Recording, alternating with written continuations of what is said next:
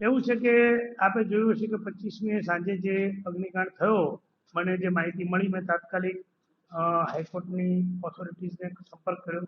26મી સવારે special bench બેઠી, notice returnable 27મીએ રવિવારે રાખી. આપણે રવિવારની લાંબી સુનાવણી લગભગ બધાએ સાંભળી પણ ખરી, પાર્ટિસિપેટ પણ કર્યું, અને એની આપણે મીડિયા રિપોર્ટિંગ ચાલુ થયું.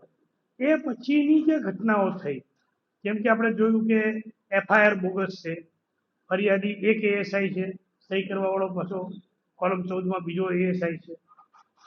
આપણે બીજું જોયું કે કોર્ટના લક્ષ પર લાવવા છતાં સ્થળ પરથી તમામ એવિડન્સ અત્યારે તમે જોઈ શકો છો સ્થળ પર નાશ કરી નાખવામાં આવ્યો છે. એક પણ એવિડન્સ સ્થળ પર છે નહીં. આ બધી ઉતાવળનું કારણ ખબર પડતી નથી. કોર્ટે બહુ કડક શબ્દોમાં ટીકા કરતા દરેક મ્યુનિસિપલ કમિશનરને, ચીફ ફાયર ઓફિસરને 3 તારીખ સુધીમાં એફિડેવિટ કરવાનું કહેલું.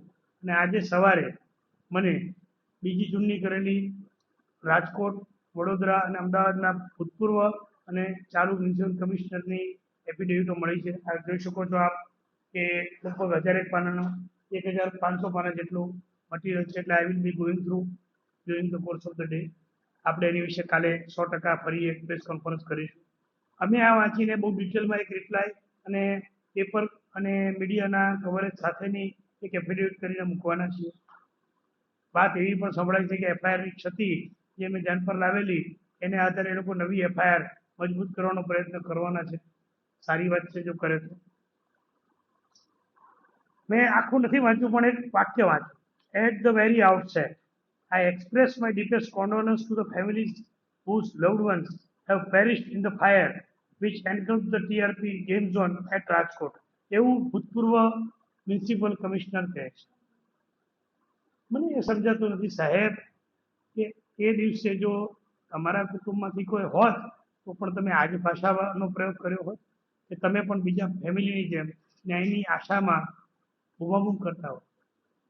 તમારી ઓફિસમાંથી તોડી પાડવાની નોટિસ જે અત્યારે મીડિયામાં દેખાય છે, ગયા વર્ષે આવી અને એનો મનાઈ હુકમ લીધો એવા સમાચાર આવે છે, તો એ મનાઈ હુકમ ઉઠાડવા માટે શું પગલાં લીધા? કોઈ જવાબ નથી. દરેક ટ્રેજેડી થયા પછી કેમ માફી માંગવાની આવે? શા માટે તમે પ્રિકોશનરી પગલાં નથી લેતા? આ બધું નામદાર કોર્ટ સમક્ષ 6 તારીખે અમે રજૂ કરીશું.